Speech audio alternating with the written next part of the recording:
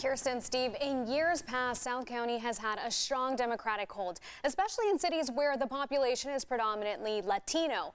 But with that, what the early polling results show so far, analysts say these cities could soon replace first Latina Democratic mayors who have made history with Republican or independent mayoral candidates.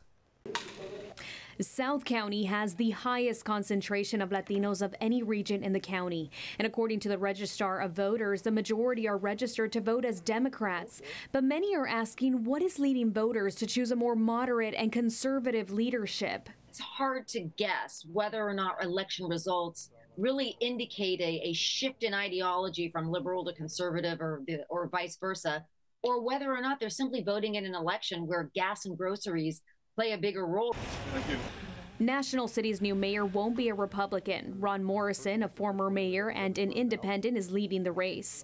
Analysts say the two Democratic challengers, Councilmember Jose Rodriguez and incumbent Mayor Alejandra Sotelo Solis, might have split Democratic votes. You're talking about a mayor's race. There's more to the analysis than just the affiliation of the actual mayor. Remember, there's also a city council involved.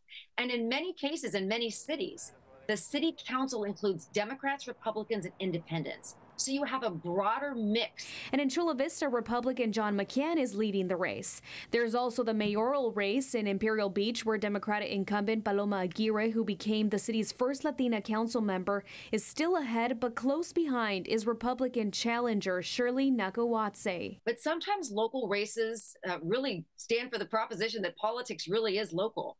Residents want experience. They want somebody that's going to help deal with the economy and local issues.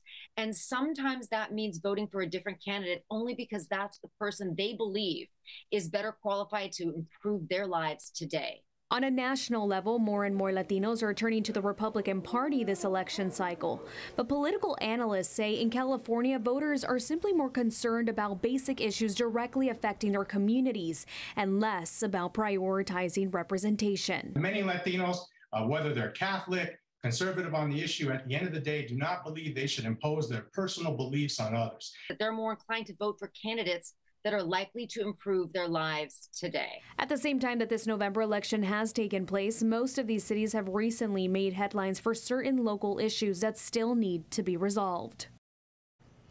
I should also mention that Ron Morrison of National City and John McCann of Chula Vista are both longtime leaders. Steve, Kirsten? And I think what this shows us is that neither party should take the Latino vote for granted, right? I mean, I think a lot of people just assume, oh, Latino voters will vote for Democrat candidates, but we're seeing that's not true. They're looking at specific candidates in specific races, and it's something for candidates to watch in the future. No voting demographic is a monolith. Yeah. I think it's just a common misconception, you know, that Latinos, they will always vote Democrat, but no. I mean, right now, especially locally, you have to visualize it in a closer lens and see what issues are affecting that city specifically.